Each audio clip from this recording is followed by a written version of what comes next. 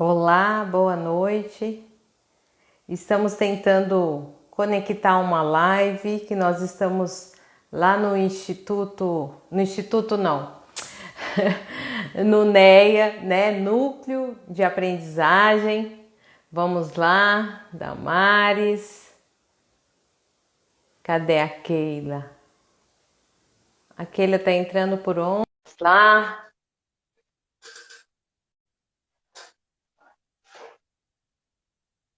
Oi. Vamos ver se aqui. Oi! Cadê a dona da live? Chegou ela! Você que é a dona aqui! Dessa internet. Você que é a dona do pedaço. Eu não desisto, ó. A gente é não isso desiste, aí. isso mesmo. Vamos lá. Gente, isso é adaptação e inclusão mesmo, viu? Nós temos Isso. que lidar com essas realidades. Eu só vou fazer um apanhado geral e depois seguir com a Samantha e depois, Keila, você e a Damares tentam colocar a primeira pergunta realizada nas demais, tá bom? Tá Então, joia. Samantha, muito obrigada por ter aberto a live. Vamos ver se nós conseguimos sustentar o sinal e até porque eu vou conseguir observar se há uma diferença entre quando eu estou de anfitriã e quando eu estou de convidada para poder conversar com o pessoal de TI aqui de casa. Bom, gente, hoje é o dia do psicólogo, é o dia da primeira live do NEA Inter FM ABC. Esse Instagram tem poucos dias de vida, o NEA tem 18 anos já de caminhada. Então, é uma noite muito especial para nós, que além do Dia da Psicóloga, é a primeira live do NEA e também é o dia seguinte do início do movimento da PL 351719. Então, eu já tinha conversado um pouquinho, né, com a Keila, com a Damares, mas agora vou iniciar com a Samantha, porque já era a vez dela, e a Samantha, vocês sabem que ela estava conseguindo entrar na live antes de nós entrarmos. Então, não posso mais adiar esse momento. Samantha, pensando em todas essas buscas, né, que nós temos aí, nós 18 anos de NEA, eu 27 anos de formada, o Rubens 45, e você agora, dentro de toda essa nossa realidade, fazendo parte de um movimento super grande. Mas fica assim uma curiosidade para nós no dia da psico, né? Pensando no emocional. O que tocou primeiro o coração da Samantha Oliveira? Os aspectos psicológicos ou os aspectos pedagógicos, quando você começou a trilhar a realidade, né, do diagnóstico, ou pelo menos da suspeita da dislexia na sua vida? Conta um pouquinho para nós. Onde foi a sirene?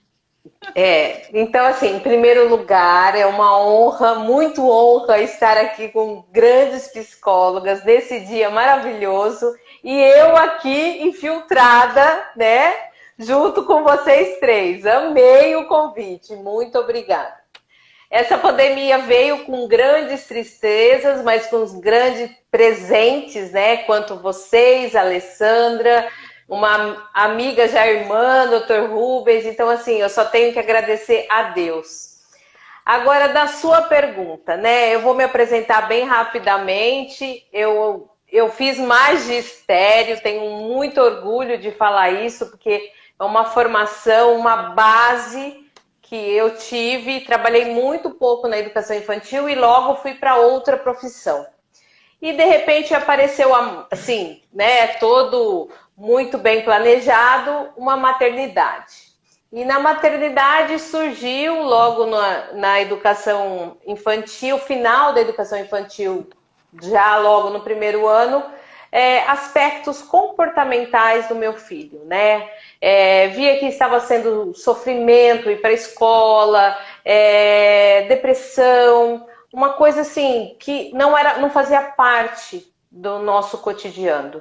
Até que nessa escola, com todo o sofrimento, ninguém olhando para ele, eu troquei de escola. E nessa escola, uma linda, maravilhosa, profissional, habilitada no que estava falando, falou que meu filho estava pedindo socorro naquele comportamento. E foi aí que Deus colocou na minha vida uma psicóloga. Que essa psicóloga fez essa avaliação, né, para mim, a neuropsicóloga. E nessa avaliação, ela norteou e mostrou para mim quem era meu filho. E nisso, a gente foi de um processo até com esse caminhar, nós tivemos o diagnóstico de dislexia e TDAH. Então, a grosso modo, é isso. A sua pergunta, eu acho que vem muito junto. O que fez eu, de repente, entrar, né? Então, eu tô com a dislexia na minha vida há 6 anos, né? Sou ainda criancinha ainda. Tô aprendendo muito. Mas nesse caminhar, com a maternidade, vendo a dificuldade no meu filho, eu voltei a estudar. Fui fazer pedagogia. Porque bem nessa parte pedagógica, eu sentia que eu encontrava profissionais dentro da escola que não sabiam o que era dislexia. E isso não entrava na minha cabeça, porque a dislexia faz parte da dificuldade dentro da educação.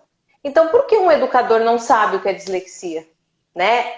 E foi aonde me deu essa curiosidade de voltar a estudar e voltei, me apaixonei pela pedagogia. Só que agora, terminando a pedagogia, eu percebo que eu estou saindo da faculdade sem formação de educação inclusiva, né? São 40 horas num currículo de 4 anos de faculdade.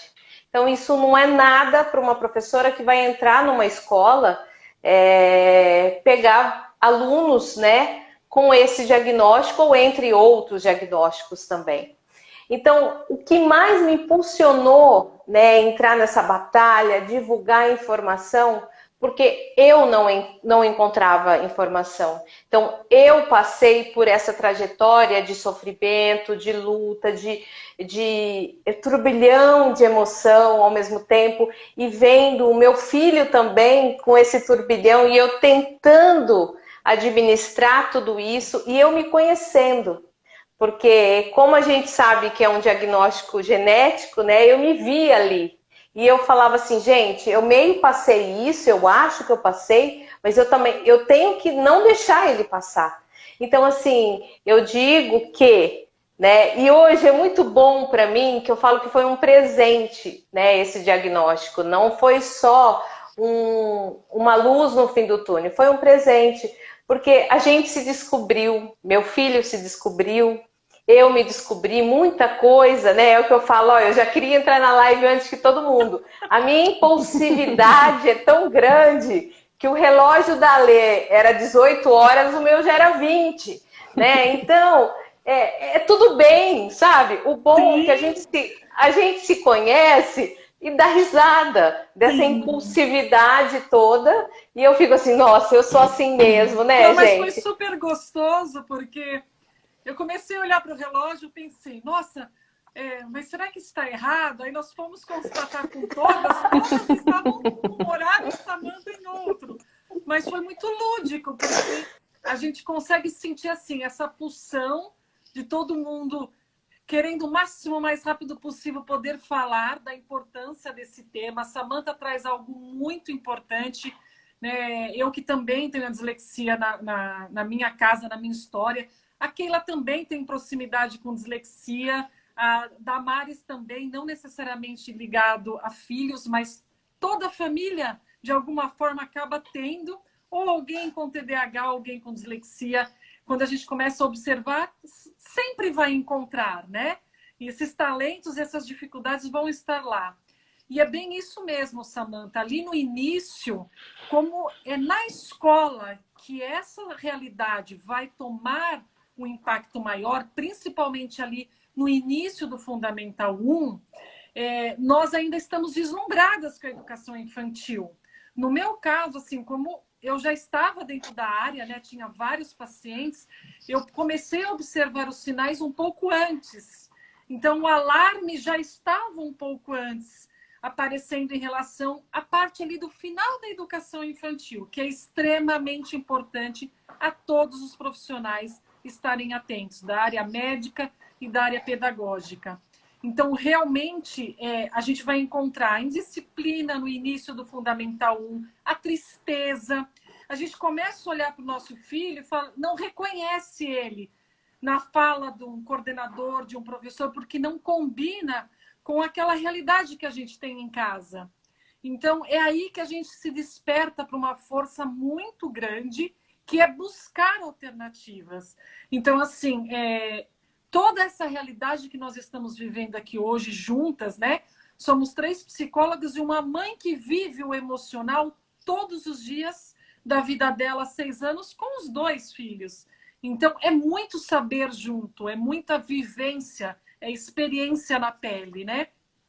E eu até vou aproveitar e passar aqui para a Damares. Damares, até se você puder juntar um pouquinho da pergunta número 1 com a atual.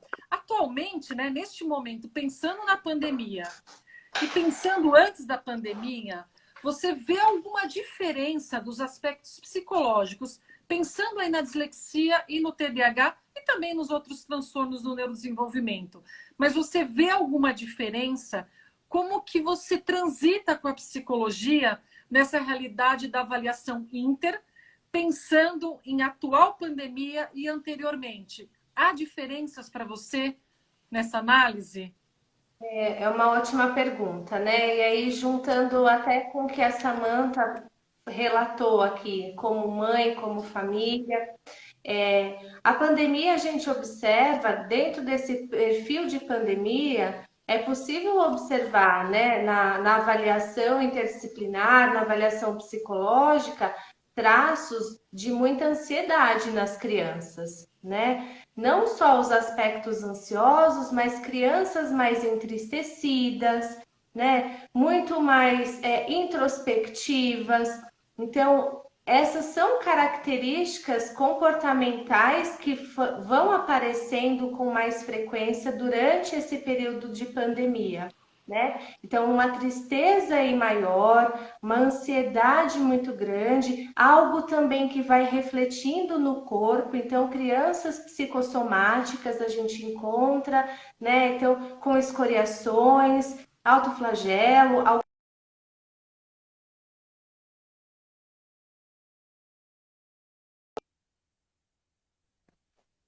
é, e também isso dá para enquanto avaliação dentro dos testes, né? Então, quando a gente pensa ali numa questão de avaliação, toda essa questão comportamental a gente consegue observar se cruzam esses dados ou se não, né? E aí a gente consegue ver através, muitas vezes, dos testes projetivos, das escalas, né, da entrevista, da conversa ali com o paciente, essa fragilidade emocional bem importante, né? E aí tudo isso vai refletindo na questão escolar, na questão social. Então, acabou que eu acredito que a pandemia ela deu uma intensificada, né? A gente conseguiu observar aí com maior, com muito mais clareza esses aspectos emocionais e comportamentais. E aí o quanto é importante, aí voltando um pouquinho, né, até para a pergunta número 1, o quanto é importante a união de tudo isso, de escola, família, para a gente conseguir entender a problemática aí com mais efetividade, né? Sim. Esse aspecto da dificuldade psicossomática, né, que nós estamos encontrando, ela independe até da pandemia, aumentou, mas quando a gente pensa em dislexia, pela dificuldade que eles enfrentam, porque eles têm que enfrentar um leão a cada dia. Cada dia é uma novidade que chega, que eles vencem uma etapa e eles já está chegando outra para vencer. Então, assim, não aprendi isso hoje e acabou. Não, já está chegando novos desafios, assim como chega para todas as outras crianças. Mas que para a criança com dislexia, para o adolescente com dislexia, essa demanda ela é muito maior, ela desgasta muito mais fisicamente e emocionalmente. Até aproveitando, Keila, pensando, né, que você acaba tendo a oportunidade de aplicar, né, de desenvolver várias escalas do desenvolvimento com dezenas de famílias que passam por nós no NEA. Nesses 18 anos, nós temos mais de 2.000 crianças que foram avaliadas, cerca de 100 e poucas por ano, cerca de 12 a 15 por mês durante o decorrer dos anos, né? como que você observa essa expectativa inicial de repente a família chega com uma hipótese já de dislexia ou nem chega e de repente nas escalas do desenvolvimento você consegue detectar que há outras comorbidades, como comorbidades ou diagnóstico diferencial com DI ou com TOD. Como que você lida com isso enquanto psicóloga? Porque nas escalas você já vai interagindo com a família, né? A família já vai mostrando ali para você. Uhum. O que eu consigo observar, Lê, dentro do NEA, né, é um acolhimento muito grande com essas famílias. E de verdade, eu não penso em uma forma diferente, né? Porque realmente, como você bem colocou, elas chegam com expectativas, né, diferentes, com anseios, com inseguranças, muitas vezes com algumas negações, né? Como é difícil para a gente, enquanto mãe, imaginar alguns nomes, né, diagnósticos, hipóteses diagnósticas. Então, a gente percebe que, na grande maioria, essa família ela chega fragilizada, né? Inclusive, ela deposita em nós uma confiança, uma expectativa e uma segurança também. Claro que a gente tem o outro lado, né? Às vezes de algumas resistências, algumas dificuldades em enxergar, né? A dificuldade. E em cada um desses casos, a gente procura realmente acolher, né? Acho que, primeiramente, entender a necessidade dessa família junto com a criança, né? A gente não tem esse olhar recortado apenas para a criança. Na nossa equipe, a gente procura o tempo todo esse olhar íntegro, né? O olhar do todo. Então, realmente, como você colocou, quando a gente utiliza algum tipo de escala, né, com preenchimento familiar, acaba sendo um momento muito próximo dessa família com a gente. Então, a gente brinca ali, né, que é o tete a tete, né? Eles ficam lá fora, na recepção, esperando os filhos ali serem avaliados nas nossas salas, né, nos consultórios. Quando a gente chama, eles entram conosco, né, para dentro da sala. Então, o que a gente percebe é que as escalas, por serem mais direcionadas, né, são testes psicométricos, então eles são padronizados. Tem perguntas muito específicas, né? Muitas vezes a gente percebe que os pais, eles vão, às vezes, assim, compreendendo a dificuldade do filho, muitas vezes ali na nossa pergunta. Quando a gente cita um exemplo, né? Às vezes eles não entendem a pergunta, a gente auxilia nessa compreensão sem direcionar, né, respostas, mas a gente auxilia na compreensão e às vezes a gente vai percebendo pelo olhar deles, né, que eles estão entendendo, nossa, ele não come sozinho, eu ponho na boca. Mas ele toma banho? Não, também não. Eu que tenho. Então, às vezes, eles vão compreendendo, né? Tanto para mais essas dificuldades, ou às vezes para menos também. Então, eu acho que é o momento em que a nossa equipe acolhe, né? Compreende e também se aproxima mais um pouquinho. Né? Na anamnese, a gente já tem um vínculo muito importante, o vínculo primeiro, né? Depois, no momento da triagem de neuroaprendizagem, eu acho que é outra vinculação muito importante para essas famílias, né?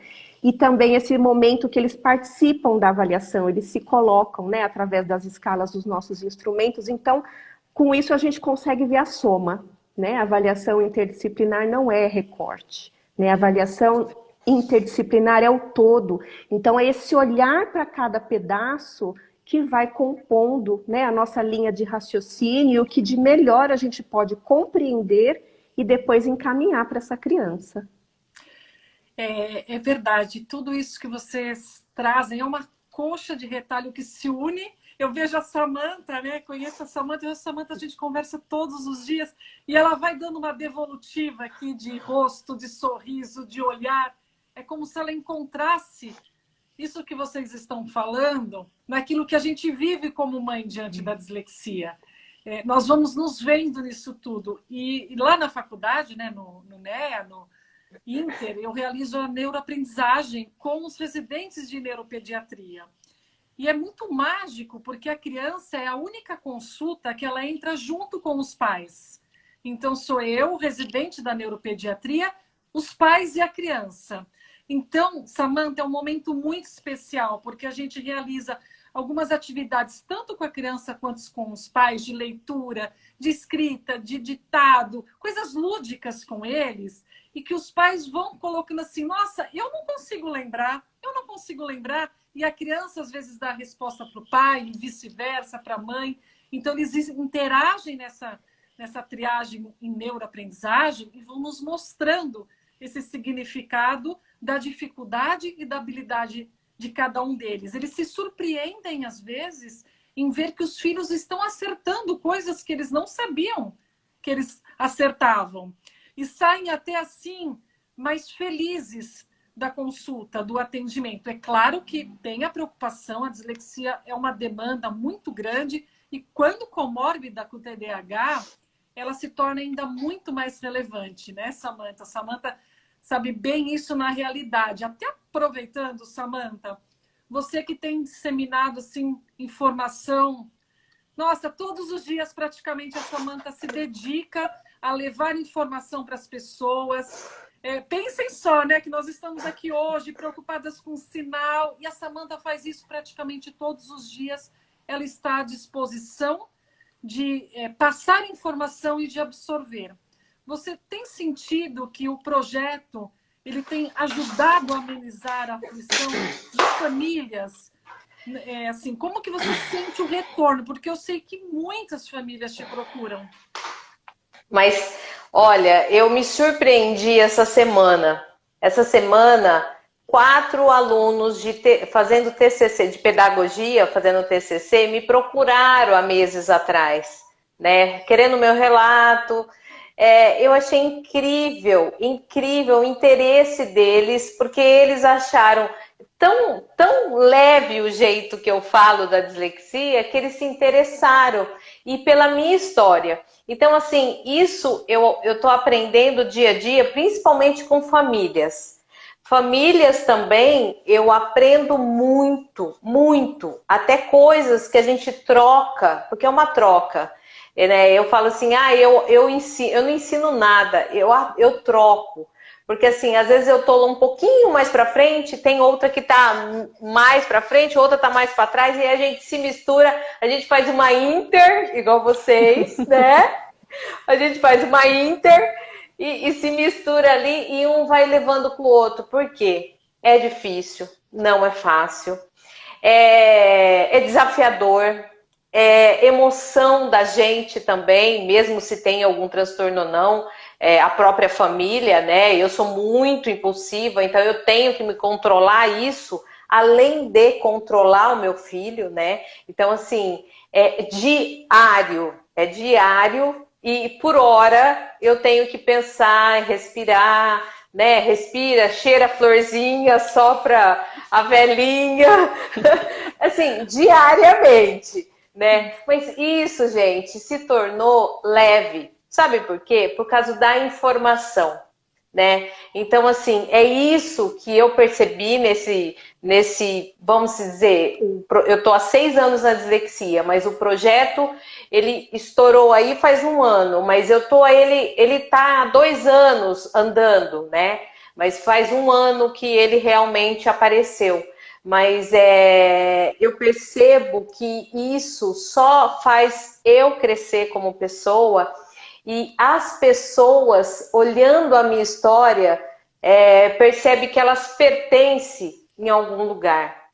Porque o pertencer, né, em algum lugar, quem diz isso muito é a Gabriele, lá do Mato Grosso, pertencer, né? E eu adoro essa palavra, porque realmente... Enquanto eu tenho dislexia, mas eu vejo a escola, ninguém me entende, ninguém me ensina diferente, eu não pertenço a lado nenhum, né? Eu não convivo com ninguém. E a mãe acha a mesma coisa, que é só o filho dela que tem dislexia, é só o filho dela que vai 2 vezes por semana na psicóloga, 2 vezes por semana na fono, e não vai no futebol, e não vai na natação, entendeu? Então, é pesado para a mãe, quanto é pesado para o filho.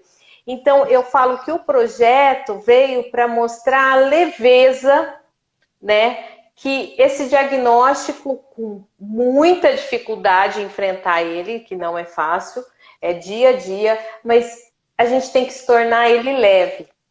E eu, como falo com a mão, com o pé, com tudo assim, eu não sou muito clássica igual a nossa Alessandra, eu acho que se tornou isso mais popular, né? Então eu acho que eu consegui chegar mais nas pessoas pelo meu jeito, né? O meu jeito de ser, de repente. Mas eu digo que como é gostoso escutar a história. Nossa, eu tô entendendo meu filho, porque às vezes a coisa é pesada, porque a gente não está entendendo os nossos filhos. A gente não está se colocando no lugar dele, né? Porque a gente não está passando o que ele está passando. Até porque então, a dor deles é muito difícil para todas exatamente. nós. Ontem eu ouvi vocês no evento, né? No simpósio. Você, a Nadine, a Priscila, a Inês, a Nico. E eu fico absorvida, né? Porque assim, estou em alguns eventos dando aulas, em outros estou escutando. E ontem escutando vocês, eu me emocionei muitas vezes, porque a gente se vê naquela situação, não somente como família, mas também como profissional. Porque os pais demandam no sentido dos nossos acolhimentos. Então, essa leveza, a informação com leveza é importante. Samantha, tem uma coisa bem interessante, né? Que o projeto, ele provavelmente ele consegue trazer, que são dois conceitos na psicologia positiva. É o prevenir e o promover. Prevenir ainda quando o impacto e a situação não está afetando diretamente. Então, a informação, ela consegue prevenir alguns impactos que poderiam vir e de repente não vão vir. E promover é quando a gente vê que o impacto já está lá, que às vezes a gente dá aquele socorro. Bom, já está desesperado, agora tem que promover soluções e adaptações. Eu acho que o projeto vem trazendo no emocional muito essa possibilidade do prevenir, do acolher e do promover, né? Só te cortando um pouquinho, eu gosto muito de falar, na minha casa, é isso que você falou, a informação com prevenir, porque eu preveni minha filha. Minha filha, quando chegou, quando ela entrou na educação infantil, eu já estava na dislexia, né? Eu já tinha meu filho naquele turbilhão, ainda estava, né? E eu tinha informação, aliás, eu estava começando a ter informação. Só de estar começando a ter informação, ela foi uma intervenção precoce, ela tem, né, ainda não o diagnóstico fechado por conta da pandemia, mas já tem a hipótese diagnóstica bem estruturada, mas é uma leveza o impacto que deu nela, a dislexia. Tudo bem eu falar errado, ela não se esconde na sala de aula, ela lê e os amigos batem palma, mesmo ela lendo silabado, entendeu? Então, assim, tudo bem. Então, o impacto dela, porque eu tinha informação, é menor.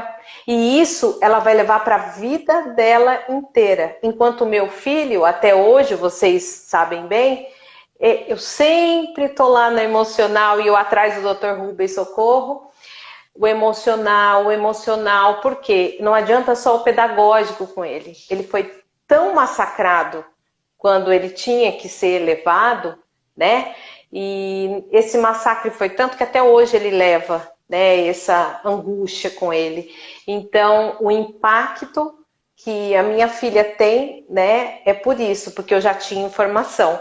E a Lê caiu. Meu Deus do céu. E agora? Ela que sabe falar tudo aqui, gente. A live não é minha. Com a Lê. Enquanto você coloca a Lê, Samantha, eu posso fazer uma colocação? Por favor. Eu acho muito importante quando você coloca, né, essa questão do quanto esse lado emocional vai interferindo, né? Vamos pensar assim, no lado cognitivo e vice-versa, né? Porque, na verdade, há uma separação do qual a gente estuda para a gente tentar entender, né? Mas a gente sempre comenta com as famílias, não existe nada separado, é tudo muito junto e misturado, né? Então a gente percebe que a fragilidade emocional, a insegurança, a ansiedade, essa autoestima, né? Que muitos falam pra gente, tia, eu sou burro, eu não consigo, né? O quanto isso vai muitas vezes travando com que eles inclusive avance, né? Porque vai mexer na capacidade de iniciativa, de autoconfiança, né? Daquela criança que arrisca, que tenta fazer. Então é muito importante, né, que a gente, enquanto profissionais, mães, família, escola, a gente fique bem atento com essa questão emocional, porque muitas vezes são as dificuldades ali acadêmicas, cognitivas que se ressaltam, né? As dificuldades se ressaltam porque elas gritam nos olhos, né? As preocupações. Mas vamos também elevar as capacidades, né? Quantas coisas essas crianças sabem, o quanto elas conseguem, e a gente, às vezes, isso fica camuflado em meio a tanta angústia, tanta, né, preocupação. Então, foi muito bom você ter comentado nessas questões emocionais. Keila, quando a gente pensa nas funções executivas, né, que é uma das habilidades cognitivas, isso fica muito claro na avaliação interdisciplinar, em que a gente consegue observar as facilidades, as habilidades e as dificuldades, e um diferencial que a gente tem procurado dar é, às vezes, chamar a criança ou o adolescente para a devolutiva separado dos pais e mostrar essa habilidade. Então, tem essas dificuldades aqui, mas olha o que tem aqui de habilidade. Porque nós acabamos tendo que dar tanta atenção para as dificuldades, é um custo altíssimo que tudo isso demanda nas famílias. São terapias, aula particular, eles acabam tendo menos oportunidades de brincar, de praticar outras atividades extras. Então, assim, é muito importante isso que vocês estão colocando, que a gente destaque aquilo que eles conseguem fazer. E até, Damares, aproveitando, você ouvindo tudo isso, né? Como é que você vê a psicologia atuando na intervenção diante dessas habilidades, dessas dificuldades? Você sente que os pais, eles conseguem aderir que existem habilidades sim e que nós precisamos também investir nessas habilidades? Porque a gente fica muito fechado, né? Enquanto dificuldade em só olhar para aquilo. E não pode. Exatamente, Adlê, exatamente. Então, assim, quando a gente, dentro de um processo terapêutico, né, nós conseguimos ali integrar essa família, entender, mostrar as habilidades, mostrar os potenciais, acaba sendo um choque em alguns momentos, tanto para a família quanto para a criança, né? Como a Keila colocou, porque muitas vezes essa criança ela já está taxada por si mesma, porque eu sou burro, porque eu não sei. Ah, tia, eu não consigo, né? Então, a família, ela, quando ela consegue entender que há habilidades, que há também formas, outras estratégias, e que dentro das estratégias essa criança ela consegue, ela dá conta, a gente consegue elevar esse emocional, a gente consegue mostrar para essa criança que ela olha mesmo e fala assim: acho que eu consigo, né? Tia, eu fiz uma prova e eu não precisei que a professora lesse. Eu li, ela só deu uma diquinha, né? Então, isso vai trabalhando a autoestima, isso vai trabalhando a questão da insegurança que muitas vezes essa criança traz consigo. Então, é muito importante. Até aproveitando um pouquinho sobre as adaptações, né, nós costumamos pedir as adaptações, a leitura complementar, o transcritor, o uso de tabela de tabuada ou de calculadora, a complementação oral pós-prova corrigida, né, que o professor pode ir lá complementar. E para cada aluno se encaixa de uma forma diferente. Nós temos, né, na avaliação Inter, de sugerir todas as possibilidades, mas cada escola e cada aluno, ele vai adaptando conforme as suas necessidades. Eu tenho pacientes no ensino médio que não querem transcritor. Eles querem o ledor e o tempo maior. Outros querem o tempo maior, não querem nem ledor nem transcritor, porque eles já ficam mais autônomos quando eles estão no ensino médio. Tudo melhora quando há intervenção e há interesse da família e do paciente aluno em melhorar também. Mas cada um é único, né, Samanta? Você que tem o Rodrigo e a Sara, as necessidades e a abertura para adaptação é diferente. Você sente que isso, para cada um, eles requisitam coisas diferentes?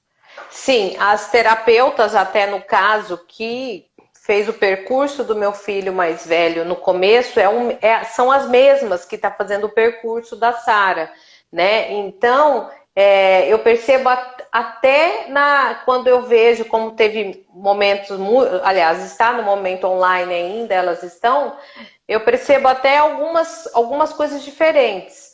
E quando assim eu tenho reunião na escola com as profissionais juntas, né? Elas também requer totalmente de adaptações diferentes. Ó, aqui você pode puxar mais, ali não.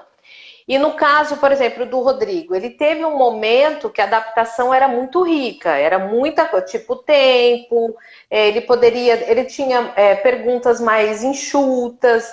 Agora, como ele já está indo para o 9º ano, a gente já está olhando o ensino médio, a gente já fez um outro planejamento. A gente não, eu com as profissionais e a professora, porque, né? É um conjunto isso tudo, né? As adaptações, nós já estamos tirando algumas adaptações que ocorria antes, né? Agora a gente já está enxugando a adaptação para ele simplesmente usar um ledor, né? Ou um tempo maior apenas, porque no decorrer que ele está tendo, ele estava tendo muita adaptação necessária. Só que agora ele já está mais empoderado, claro, as demandas aumentam. Ele ficou um período sem fazer terapia, porque ele já estava muito cansado. Aí agora a gente percebeu que ele está descontrolado um pouquinho pela demanda das matérias ser maiores, ele voltou à terapia. Então, é muito diferente um do outro, né, Ale? Não dá para comparar. É a mesma mãe, o mesmo pai e a mesma escola, né? Os mesmos professores, né? Porque a gente acaba batendo com os mesmos professores, mas as adaptações são totalmente singulares e períodos também singulares, porque tem períodos que você dá muito e tem outros que você tem que já tirar. E a mãe tem que enfrentar tudo isso, porque a mãe quer proteger. E eu, como estou com 3 psicólogos aqui, eu levo muita bronca da psicóloga. Porque a gente que é mãe, né? Ah, tadinho, né? Quem não fala isso, né? Na reunião. Ah, tadinho, por quê? Deixa ele. Até, Ale, eu levei uma bronca, isso antes, né? Olha, bronca, Ira, você vive me dando bronca. Ninguém da equipe. Não, não.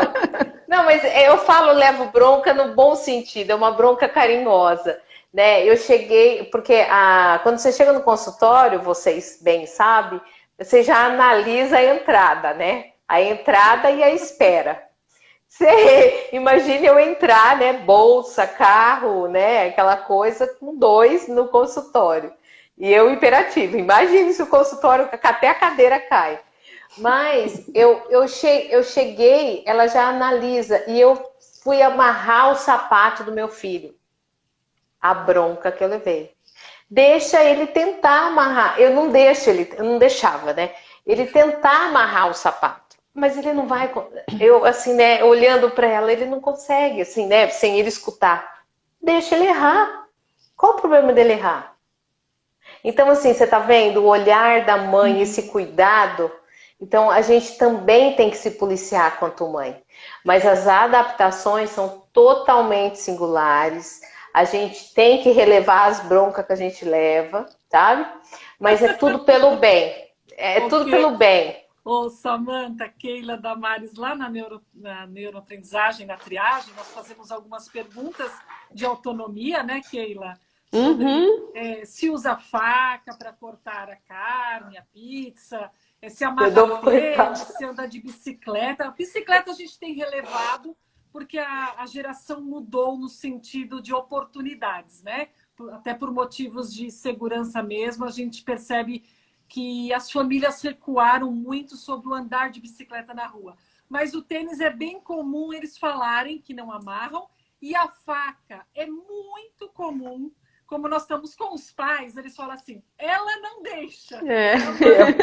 Aí nós conversamos, mãe, olha, precisa dar uma faca, monitorar, até que ele tenha um pouco mais de autonomia, até que uma faca que ele consiga cortar, não é uma faca que ele não consiga. Senão nós vamos recalcar a dificuldade. Keila, eu faço isso. A dificuldade nas altas habilidades, porque nós temos uma realidade lá no NEA de muitos pacientes, né, em 18 anos de vida, né, de avaliação superior e superior. Leia. Voltou, Ale? Estou aqui, não estou aqui. Não caiu, não. Superior e superior. A Ale caiu? Acho que pausou. Não, gente, mas sabe o que é incrível? Falando em faca, mandaram eu dar faca pro meu filho. Eu comprei uma faca sem corte, sem ponta. Aí não vale, Samanta. Aí não vale. Olha, eu queria só complementar uma situação. Tem uma mãezinha aqui vendo a gente na live e que por um período eu atendi a filha dela, né? E num determinado momento, enquanto eu fui chamar a criança, ela falou, eu quero bala. E a mãe pegou a bala e... quebrou? Foi abrir a bala. Eu falei, mas ela não abre? Ela olhou e falou, eu não sei, Damares. Eu falei, então dá para ela. Deixa ela tentar. Isso e mesmo. ela pegou a bala, abriu, colocou na boca. Ela falou, Damares, eu nunca mais vou esquecer da bala. Né? Então é isso mesmo, é trabalhar essas questões de habilidade. E aí uma outra situação, Samanta, eu passei por uma experiência muito parecida com a sua, de bronca, né? Mas era numa situação de médico com o meu filho. E tem bronca que chacoalha a gente, né? Enquanto psicóloga, eu também consigo entender isso. Porque a bronca ela tem que vir de uma forma assertiva e acolhedora também, né? Porque não é só dar faca para o seu filho, não é assim. Precisa entender todos os motivos. Isso. O quanto isso representa no desenvolvimento, né? Exatamente. E a médica olhou para mim e ela falou assim, mãezinha, ela tem uns olhos azuis, assim, ela falou assim, mãezinha, eu preciso de você bem. Aquilo entrou assim como um sininho na minha cabeça, né? E eu nunca mais esqueci. Então, assim, tudo precisa ser em harmonia, todas essas orientações. Sim. A autonomia, né? Que é importantíssimo. Vocês viram que eu caí, né? Que o bullying realmente está com o meu sinal. Mas como mãe guerreira, profissional que não desiste, eu volto. Isso mesmo, Ale. E, Keila, não sei se você tinha conseguido comentar a respeito do médio superior, como que você lida com essa expectativa quando a família traz, né, uma criança, um adolescente com muita capacidade cognitiva, mas que às vezes não está lendo e escrevendo. Exatamente. Nós temos crianças que chegam ali, pré-adolescentes, praticamente com 11 anos, Samanta, que não estão lendo. E tem condição cognitiva de médio superior e às vezes superior. Isso. O quanto esse emocional pode estar intervindo nisso, né, Keila? Exatamente. Muitas vezes a gente tem até uma discrepância, né, entre esse funcionamento cognitivo acima da média, na faixa superior, e muitas vezes o funcionamento emocional bem discrepante, né? Às vezes é uma criança que não consegue se socializar, não consegue estabelecer uma interação, não consegue iniciar uma conversa, né? Então a gente vê muito isso. É quando a gente mostra para a família, né, as habilidades e as dificuldades também. A Samanta colocou no começo, né, ela falou quanto a avaliação abriu caminhos para o filho dela, né? Eu acredito que esse é o nosso maior objetivo, né? Então a gente abrir caminhos, porque a gente não lida, né, somente com dificuldades ou somente com capacidades. Nós, enquanto ser humano, nós temos as duas coisas sempre. A gente está sempre aprendendo, sempre entrando em desafio, sempre conquistando a aprendizagem, sim, mas com dificuldades também, né? Vocês estavam comentando do erro, dessa questão da superproteção. O quanto é importante a gente naturalizar o erro dentro da nossa casa, né? Os nossos mesmos, né? A gente fala isso para as mães no nosso ambulatório, lá no núcleo. Esse tipo de orientação a gente costuma estar sempre próxima, né, a elas, da gente mostrar para os nossos filhos que a gente também erra, que a gente também está aprendendo. Porque muitas vezes eles não querem arriscar ou não querem tentar fazer com receio de da gente ficar triste, né? Por exemplo, porque eles não conseguiram, de desapontar. Então, esse vínculo e essa orientação, como a Damares também bem colocou, esse acolhimento, essa proximidade, essa afetividade na avaliação, todos esses componentes são imprescindíveis, né? A avaliação, ela não é só resultado de número, resultado de teste, né? A gente tem na nossa equipe o quanto a gente se desafia o tempo todo a olhar por detrás desses números, a compreender o que está por trás, e o que está por trás, e o que está por trás, porque muitas vezes o que está na nossa frente parece, mas não é, né? Então, a gente tem que estar sempre em busca. Eu acho que é o grande desafio, né, da equipe interdisciplinar, o quanto a gente consegue se somar aí entre as áreas e ir proporcionando esse abrir caminhos, né, para as nossas crianças, para os nossos pacientes. É muito interessante que quando a gente pensa no impacto, ele começa lá no final da educação infantil, às vezes até um pouquinho antes, e ele vai caminhando.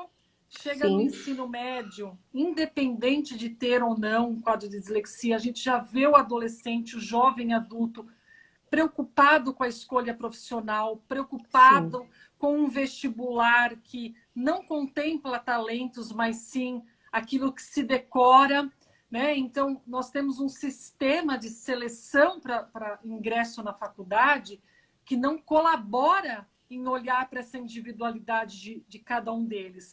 Então, a gente tem conversado muito com os adolescentes, porque alguns subestimam até a escolha do que eles querem seguir de carreira pelas dificuldades. Então, é muito Sim. comum, quando eles chegam tardiamente para avaliação, falarem que eles não vão fazer tal vestibular ou tal área, porque eles não vão conseguir. Então, Sim. esse é um outro conteúdo do aspecto psicológico e psicopedagógico, né? Que aí eu vou incluir a psicopedagogia, que nós precisamos trabalhar muito na devolutiva e na avaliação interdisciplinar, que é encorajá-lo a tentar seguir o que ele tem desejo, porque só vai ser um profissional realizado se escolher fazer aquilo que deseja.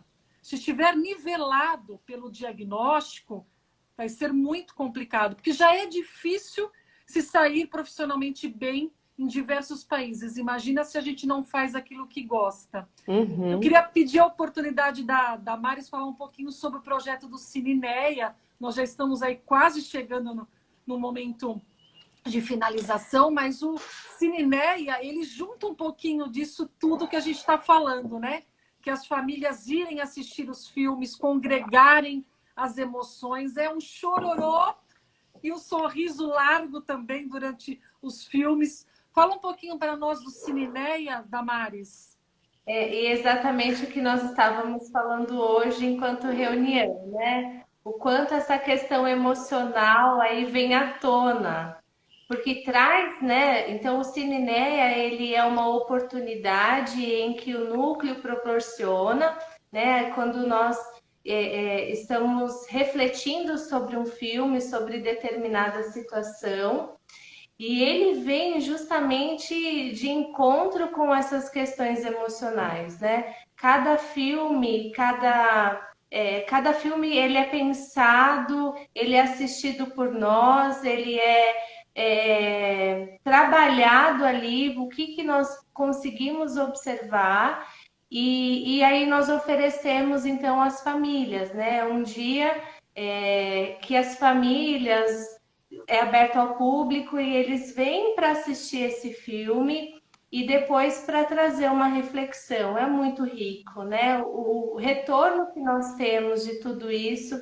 é algo impressionante. O quanto agrega as famílias, o quanto, às vezes, os professores, né, que também vêm assistir, então vem agregar muito. Sim, sim. Bom, Samantha, queria que você falasse um pouquinho desse nosso movimento aí do projeto de lei 3517, que ontem teve né, alavanca um chute. Antes de eu entrar nesse assunto, eu queria só ilustrar um pouquinho o que você falou antes, sobre quando a gente pensa na profissão que é mais fácil, né?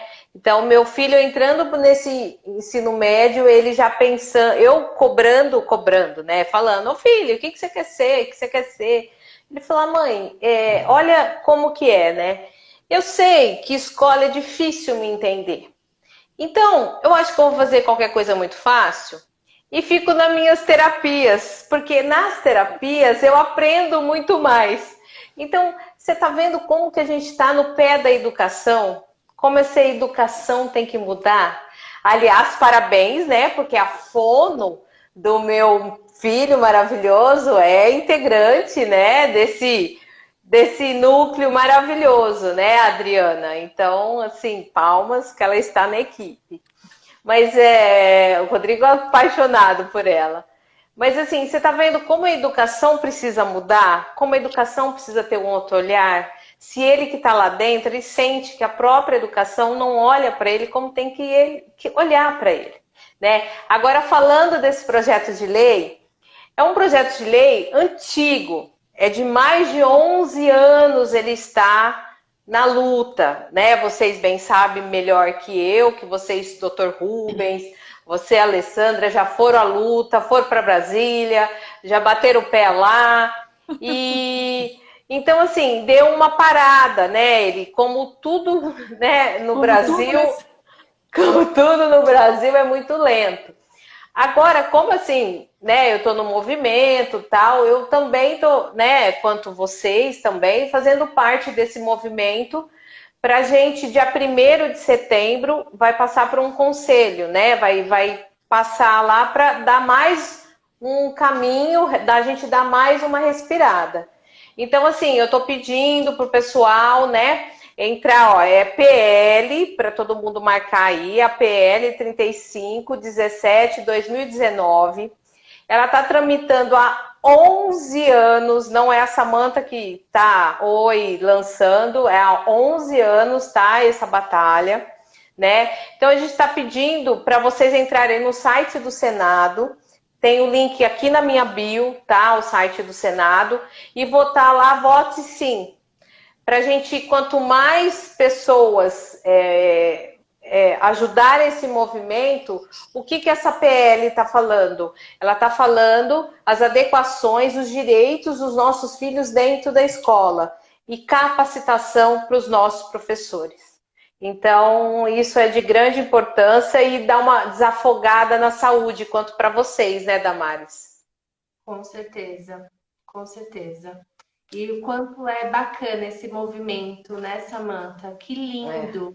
E que bom que as coisas estão caminhando, né? Porque, ó, travou também ou só para nós duas? Só estamos nós duas. Pô, que dó! Mas é um movimento assim, que agora a gente está agitando, né? Eu também estou aí falando, aliás, todos os movimentos que estão falando, mas infelizmente é um projeto de lei antigo, que eu acho que ainda mais para frente a gente vai ter que dar uma olhada nele. Mas precisamos de ajuda de todos. Então, vote sim, o link do Senado está no meu link da bio. E o que nós vamos fazer agora? Vamos esperar nossa lei? Eu já votei. Você já votou? Isso mesmo, vamos votar. Né? Não travou, estou ouvindo vocês. A Kelly está falando. Karina, travou. Aí ficou nós duas. Voltamos nós. Vamos fazer uma análise já. Mas né? Como que a educação precisa ter um olhar mais carinhoso, né? Porque as crianças é tanto sofrimento, né? É tanta angústia que passa lá. Eu imagino como chega no consultório para vocês, né? E é o que você falou, né, Samanta? Cada um tem um perfil nas suas individualidades, né? Então, é o que a gente fala, a ansiedade, podem vir várias crianças com sintomas de ansiedade, mas cada uma sente de um jeito, cada uma reage de uma forma, né? Então, assim, trabalhar a individualidade no contexto escolar também é muito importante. A gente estava enrolando aqui, né? Para você voltar logo. Eu estou escutando vocês, estavam falando super bem. Ah, muito obrigada. Ó, ganhei nota 10 hoje. Olha, eu diria que nós ganhamos nota 10 no setor estresse, adaptação e improviso. E persistência.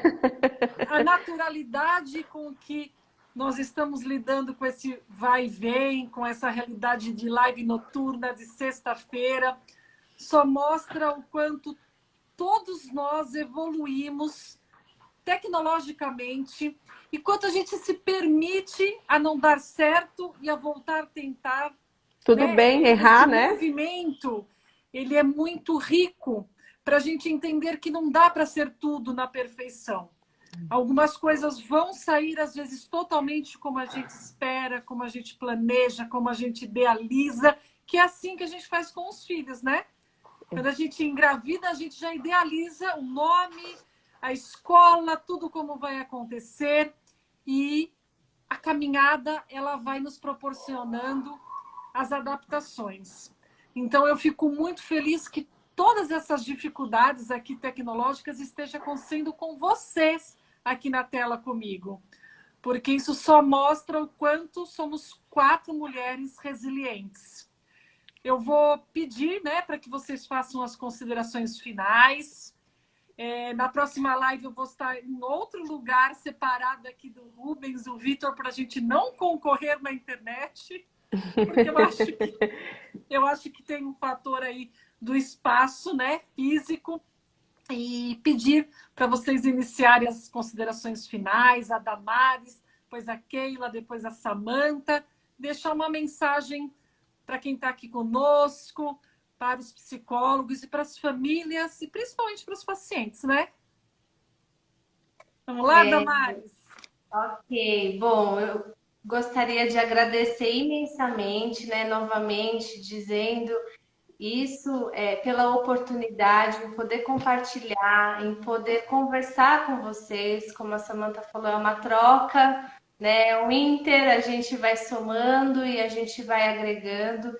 Então, muito obrigada por essa oportunidade em dizer, né, que o nosso núcleo, um objetivo grande que nós temos é sempre estudar, né? Pensar ali em conhecimentos, ler muito, né? Uma sempre agregando na parte de avaliação da outra. Então, assim, um núcleo muito sério, né? Que nós, principalmente quando reunião de equipe em que a gente senta e discute cada paciente, observa as individualidades, então isso é muito bom, né? Então eu gostaria de agradecer imensamente, né? E sempre pensar, eu levo a frase de Sócrates, né, do filósofo, só sei que nada sei, né? Então isso leva com que a gente aprenda cada dia mais.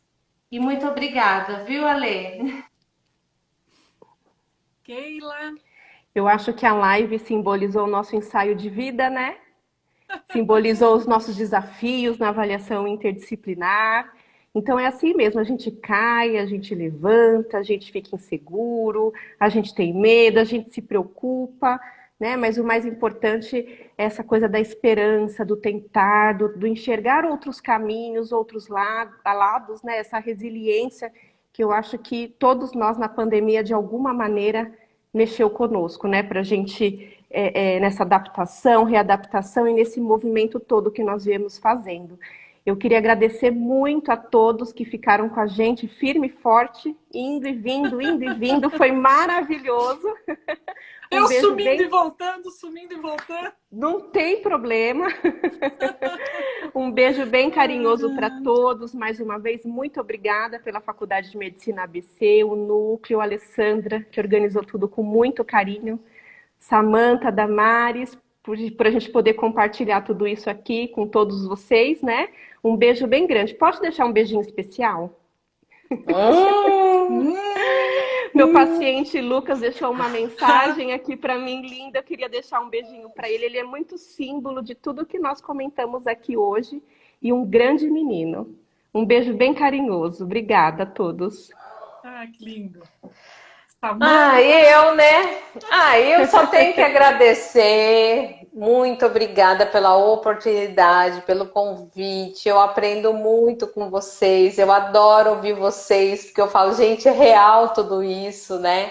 Como é real, como eu tenho que dia a dia aprender, dia a dia enfrentar e tentar transformar muitas dificuldades, né? E pegar habilidades que eu tenho e que meu filho tem e que minha filha tem e crescer isso muito, né? E incentivar tudo isso. E obrigada por vocês estudarem muito, muito obrigada. Ale, muito obrigada. Não tenho nem o que falar e sem palavras, né? Beijo. Gente, eu que agradeço a presença de todos vocês. O Inter, né, tem 18 anos de vida na faculdade. O Instagram tem somente 2 semanas de existência. E nós estamos muito felizes por estar aqui com vocês. A anfitriã precisou mudar, ser a Samanta. Que bom que ela estava aqui conosco, nos acolheu enquanto anfitriã. E a gente pode discutir um pouquinho e somar no dia da psicologia, né? No dia seguinte do pontapé inicial do Vote Sim, né? No projeto de lei, que nós precisamos estar unidos, porque essa busca ela é de todos nós, porque aquilo que melhorar para uma criança com dislexia e TDAH vai melhorar para todos, não é? É isso que acontece. Tudo que puder ser bom para eles será bom para todos, porque nós somos uma teia. Então, isso é muito importante. Estejam atentos às notícias, aos canais, ao Dislexia TDAH Amor de Mãe, ao NEA, Inter FM ABC. Eu vi aqui algumas colegas também da BD que estão com super movimento, a Nico. Então, assim, uma boa noite a todos e eu espero estar com vocês uma nova oportunidade. Gratidão imensa a vocês 3. Nós vamos fazer o sorteio. Vou combinar depois com a Samanta se vai ser pelo Instagram do NEA, porque acabou caindo, ou se de repente... No seu. Mas eu não sei se dá para resgatar. Eu vou tentar resgatar e faço pelo do NEA. Senão a gente tenta fazer alguma estratégia pelo da Samanta. Esqueci, terça-feira temos live com a Adriana, que é do NEA. Bióloga? Terça-feira. Todos convidados. Todos convidados. Faça amor, hein? É uma fofa. Gente, boa noite. Fiquem com Deus e ótimo final de semana. Boa noite. Tchau, tchau.